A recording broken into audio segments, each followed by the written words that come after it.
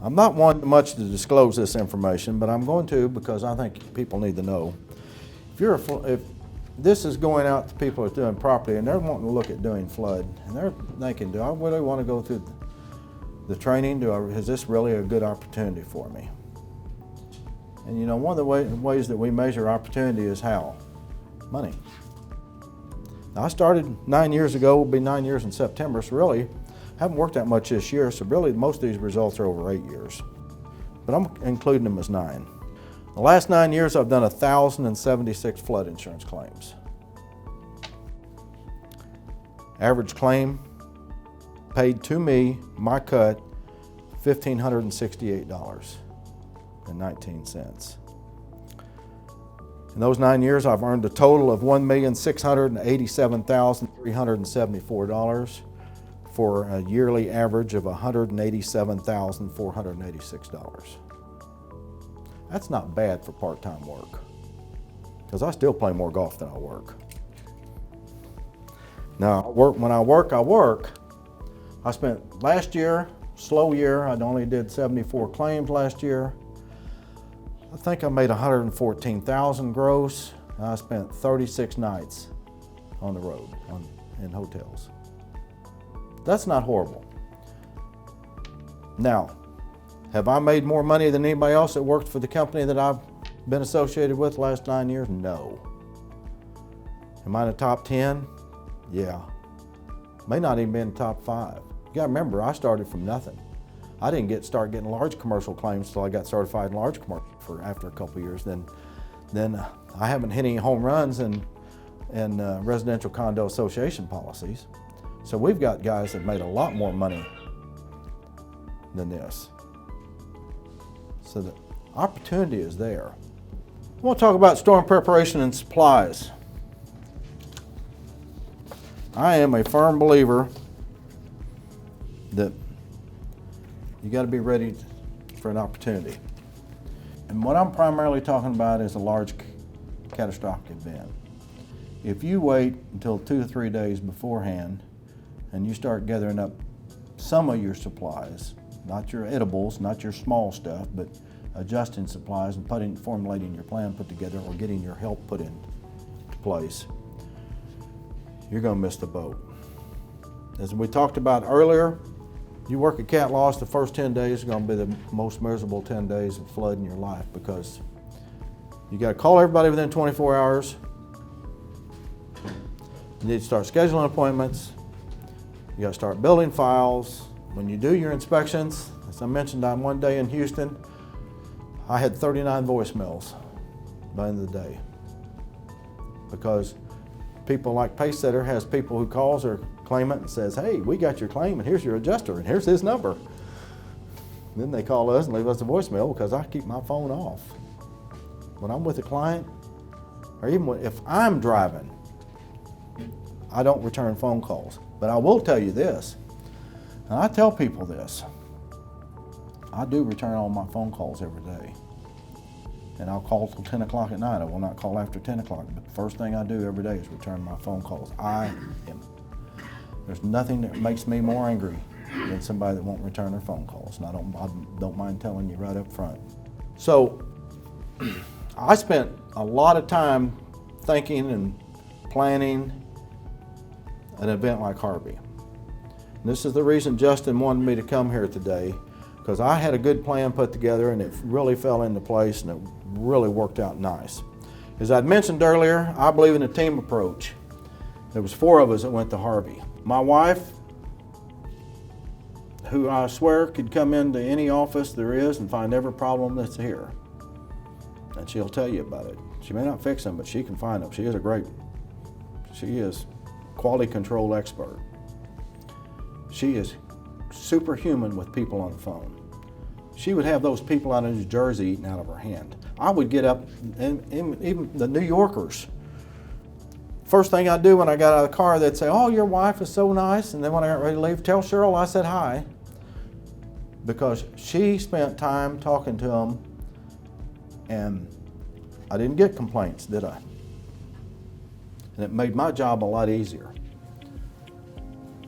Let's look at the situation that those people are in, as I was talking a while ago. Houston was a prime example.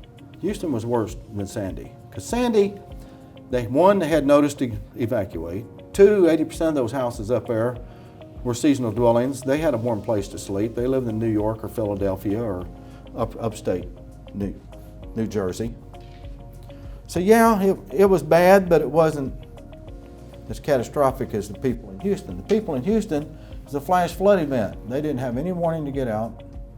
They got 21 inches of rain one night. They woke up the next day and had 2 foot of water in their house. Their house flooded. All 2 or 3 cars were flooded. You couldn't rent an apartment. You couldn't rent a house. You couldn't find a hotel room.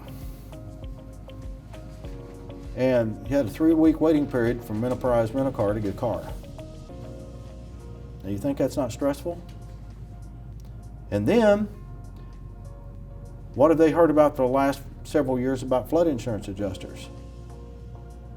Well, they're going to rip you off. They don't know what they're doing. They're horrible. See what happened in Sandy. And then, you got the public adjusters going door to door. Oh, I love dealing with public adjusters. I had a lot of fun with them. I've trained a lot of them because they really don't have a clue what they're doing either when it comes to flood. I've only had one claim in my life to where I didn't write a higher estimate than what he handed me because they don't know half the stuff that we can put in it. Now, with that being said, I'll tell you a short story that I had. A little young lady was a public adjuster from Philadelphia in New Jersey, and she went with me and we went through and did our thing and did our scope. And at the end of the deal, she said, can we get them an advance payment? I said, yeah. She said, can we get them $10,000? I said, well, I'll take them 20. Oh, can we do that? I said, yeah, no problem. So we went back out to the front of the insured and I talked to him and I said, well, I just wanted to let you know that I can offer you an advance payment. I said, I was going to give you $10,000, but your public adjuster talked me up to 20. I didn't make her look bad in front of her client. She invited me and my wife for Thanksgiving dinner. Of course, we were too busy, we didn't go.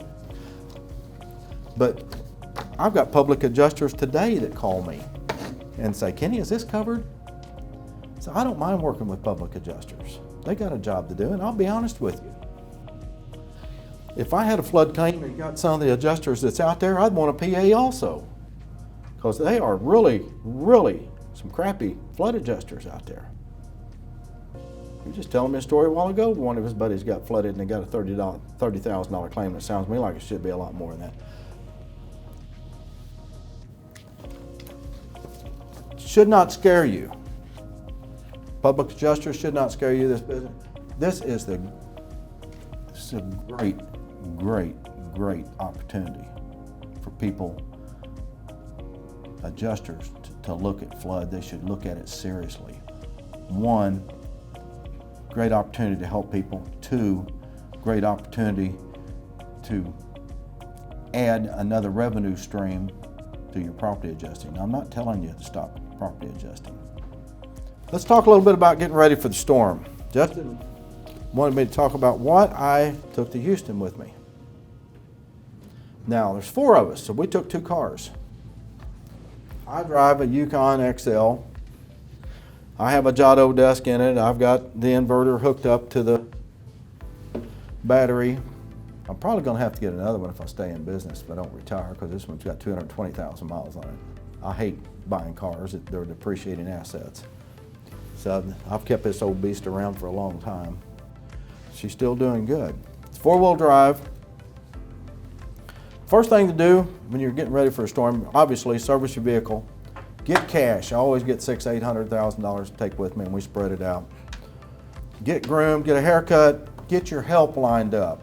When you see Jim Cantori starting to jump up and down and get excited, it's time to start looking for your help. I know people that's got retired superintendents that's helped them.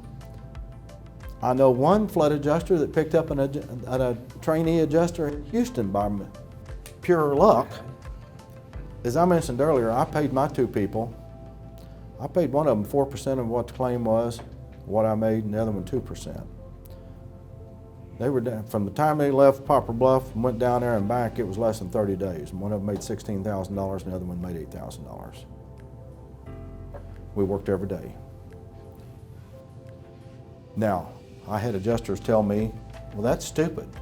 All you need to do is pay them $100 and pay for their expenses. Well, I don't think anybody, I wouldn't get excited to go work 16 hours a day for $100. I don't care how old I was. If they're making me money, pay them. Now, I've got these two guys that are flinching at the bit to go to another storm because they know that one kid that works at the golf course making $10 an hour, he makes $1,600 a month. He makes 4 months and 30 days. And my nephew, who does heat and air and electrical work, he made at least 2 or 3 months in that 1 month. Plus, he's wanting to take my place at some point in time when I finally quit. So he continues to work with me. My philosophy has always been get good people, train them, and pay them. Now, if not, you're going to have turnover. So I would start, if you're looking at doing cat losses, start building your team. Put together in your mind what type of team or what type of business model you want to have. Now, not everybody has a Cheryl, I will tell you that. So I will tell you a little bit about what she does. She makes 90% of the phone calls on new claims because when they come in during the day and I'm working, she calls them. She builds all the files, she does all the mapping, she does all the scheduling. She'll label photos, she'll do preliminary reports if I need her to. I've had her 46 years, I believe I'll keep her. When she quits, I'm quitting. Let's talk about inventory of supplies. Go through your inventory, figure out what you have and what you need. Get your final items only after you know you're going on a claim. What I mean by that is, I know people that went and bought food and everything else they have and they're geared up, and I know people that went to North Carolina, we both do, there was tons of them went to North Carolina and staged over in Asheville waiting for the water to go down, no claims, and it was a bust, huge bust. My business supplies, I had 3 fly fishing vests. Now that may sound crazy. I learned this from the guy that trained me. We wear fly fishing vest as an adjuster vest. It's got 4 large zipped up pockets in the front. It's got Velcro pockets. It's got places on the inside for pens and pencils. It's lightweight. And I'm telling you, if you haven't ever tried one, go buy one. They work great. Put camera in one, laser in one, tape measure, lights. They work good, don't they, Justin? Great. But I learned that from my good buddy Steve Dameron. Now here's what was in each one of those vests. I had a laser measuring device for each adjuster, for each of us. Now, mine, I still prefer my old Hilti. I have to beat it on the wall every now and then, get it to work, but I still prefer it. I've got 2 or 3 distos, and I've got a couple other, I can't remember what was one of the. Do you have Leica? I have Leica. Mm-hmm. Now, one of the Leicas that I have is the one with the D8 that has the bullseye in it. It's the one you can put on a tripod and shoot the bottom of a tree and top of a tree and it'll tell you how tall it is. It'll shoot 600 feet. It works good outside. We use it outside because we laser all of our outside measurements. When I have help, we do it. So we use that one. It's a battery-eating dude, but it works really, really well. So each one of us have a laser. Each one of us have a measuring tape. Each one of us have a headlamp. If you haven't never worked basement claims or whatever, get you a headlamp with LED lamps. You pull it over around your head, turn it on, that frees up your hands. I have a small flashlight in each one of the vests, and I have a straight and Phillips screwdriver. in each vest. And you say, why in the world would you have a screwdriver? On flood adjusting claims, you have to get serial numbers off furnaces. And you always have to take the face off of them. And it's either a Phillips or a straight, unless you got a little hex head driver that you can use. But that's why we carry Phillips screwdrivers, so that we can get into those without having to go back to the truck to get them. And batteries. I got turned on to this. I can't remember who turned me on to it, but I go to a battery shop and actually buy industrial grade AA, AAA batteries. They're yellow looking, they're Rayvacs, I believe, and they'll last 3 times longer than your Walmart battery. And they're not that much more expensive than buying boxes of 25. Pens, I just throw a fit about pens. I like the G2 gel pen. Pencils, use a lot of pencils, mechanical pencils, and I don't want the cheap ones, I want the good ones, and it's got an eraser on it. I have to keep telling my wife that because she's a little snug. I take 2 measuring wheels with me. Why do I take 2? Because I left one that's still in somebody's backyard in Chicago. I drove off and left one. We've all done it, haven't we? And I've had one that actually waded through enough water where it quit working, and I had to wait until I could clean it out. So I carry 2 of those. Now, the only time I use them if I'm working by myself, or if we just can't laser it. If it's a large commercial building and you can't shoot it, I will laser it. But I will not carry a 100-foot tape. I use the big wheel. That's just me. Cameras. I'm anal when it comes to cameras. I've got 3 cameras that I carry in a truck. Canons. They all use the same battery. All use a rechargeable battery. I have the camera that I prefer to use, and I have 2 others that work. And I have had 2 cameras quit on me before, and during claims. And I want to be able to take the SD card out and put it right in another one in the same battery. I had 1 battery blow up on me. So I carry 3 different cameras, and I carry 3 batteries. As Justin always kids me, you mean you don't have 2 of those? I try to have 2 of everything in the truck. Rain gear. I carry golf umbrellas and rain gear for everybody. Boots. Let's talk about boots. A lot of people wear muck out boots. Just your old rubber muck out boots. Because we're working flood, and if you're working Louisiana, someplace like that, you're working in some really, really nasty, muddy stuff. I wear a 16-inch Louisiana Bayou snake boot. They're leather, they got good arch support, they zip up on the side. And I find that when I see a snake, I can jump a lot higher in those than I can in a regular boot. I am deathly scared of snakes, and when I see a snake, I jump straight up in the air like a armadillo being shot, if you have never shot one. And I scream like a little girl. I mean, I just absolutely hate snakes. I'd rather come face to face with a polar bear. But all my people have boots, and I carry my extra muck out boots too. I carry a supply of them. 2 crowbars and a sledgehammer. You get to some of these places, if you're the first one there and the homeowner hadn't been there, or you're meeting the homeowner there at the first time, and they got a wood door, and they've had water in that thing, that door swelled up so tight you're gonna have to beat it in. I had a claim in West Virginia, that very thing happened. Well, something similar happened to that. The door was wood and it was swelled up. It's a tenant-occupied dwelling. Met with the landlord, and he said, I don't have a key. He said, the guy's lived here for 15 years. He's been a good renter. He said, I don't even have a key to get in. He's not here. I said, well, I got to get in. Do you mind if I beat that door in? He said, no, I don't care. He said, but we're going to have to figure out a way to lock it. I said, well, I'll tell you what, I'll give you 20 bucks if you go get a hasp and a lock and lock it back up and we're done. He said, yeah, I'll do that. So I did. So I carry a crowbar. We've beaten in a lot of doors. Now I carry a hasp and a keyed padlock with me. In case I run across it again, I won't have to give the guy 20 bucks. I can go ahead and lock it up and give him a key. Most everything I have in here that sounds stupid is because I've experienced it at some point in time.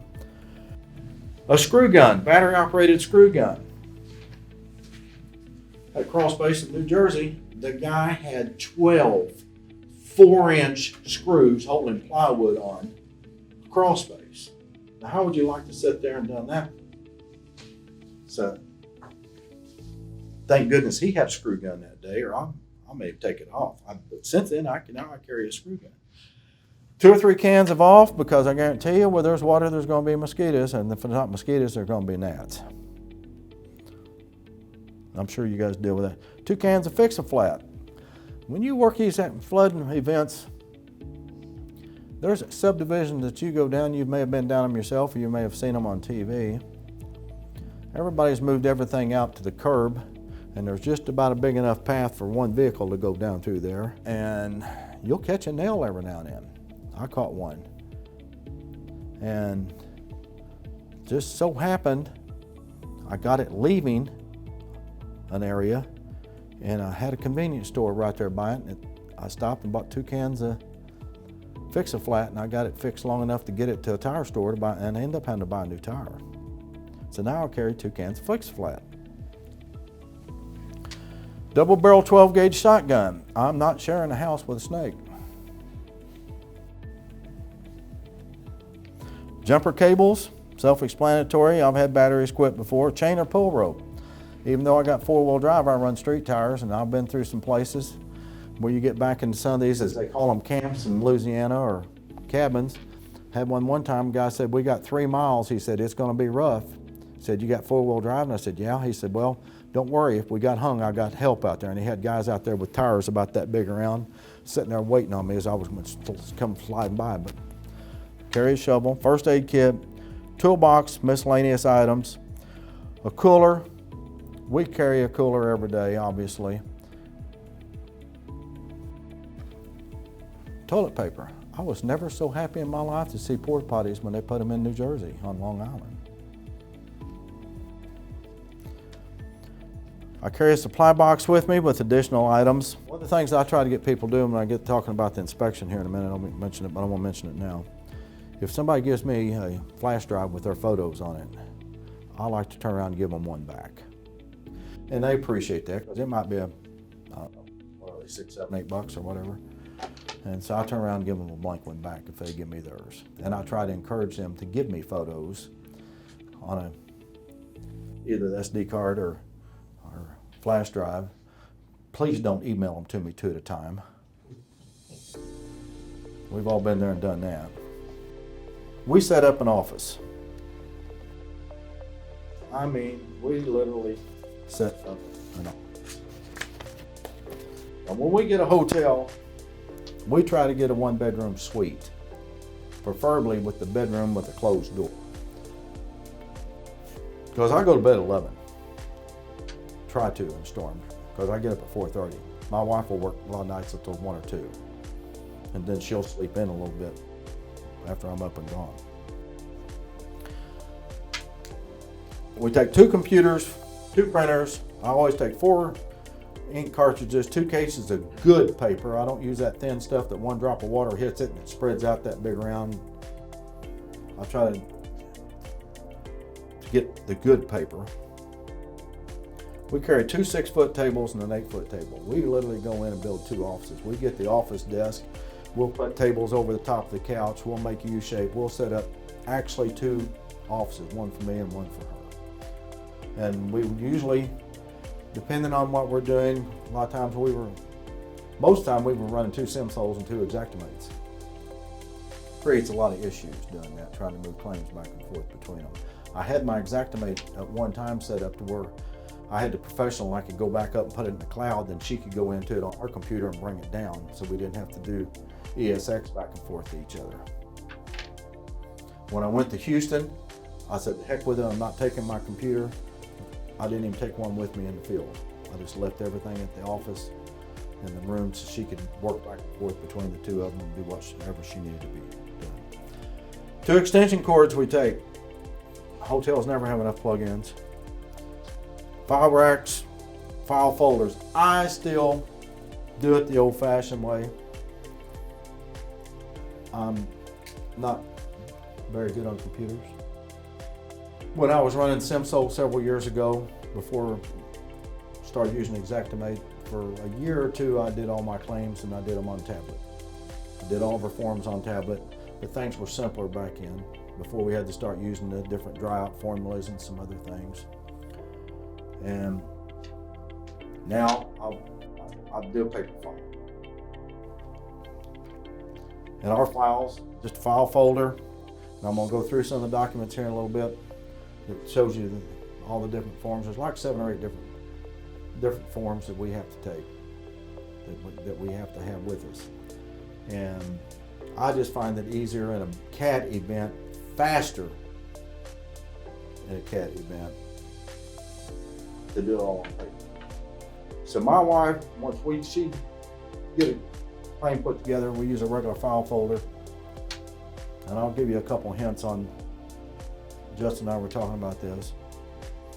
She puts a file folder and puts claim number, insurance information, phone number on the outside of the file. I don't want to have to open up a file to find the phone number if I need to call them. She puts a sticker on the front of it, just a post-it note on the front of it that tells me what day the inspection was and what time it was. Because at the end of the day, I can't tell you which house I saw first. I'm just dizzy. After seeing 6 houses, they all start running together. Also, we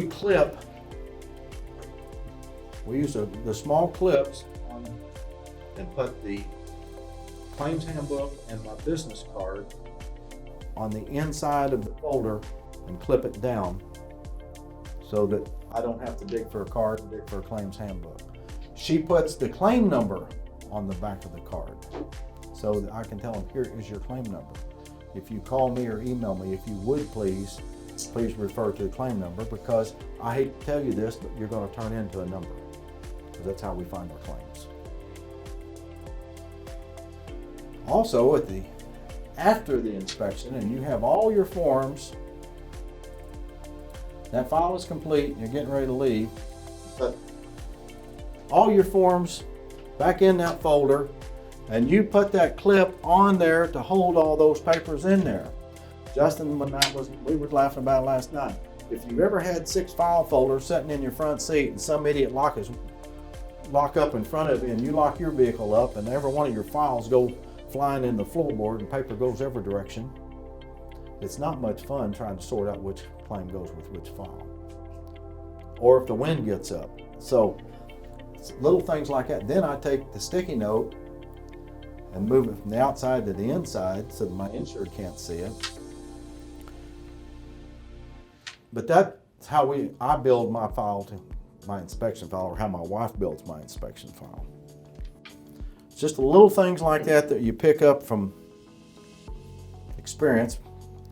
But I'm kind of preaching to the choir, I know, because all of you have went through the same thing, and you probably share a lot of good ideas with me. We also keep another large box of miscellaneous office supplies in the hotel room. So if I need to restock my portable supply, we've got supplies. I have no intention to buy any pens, pencils, printer ink, paper, folders, anything until I get over 200 bucks. Personal supplies. I have about 8 days of adjusting outfits. I wear khakis. I don't wear blue jeans. I wear pleated khakis with a very nice casual shoe. When I go up, if I have to put my boots on, I'll put them up. But when I go up and see the people, the first impression, I will not have my vest on.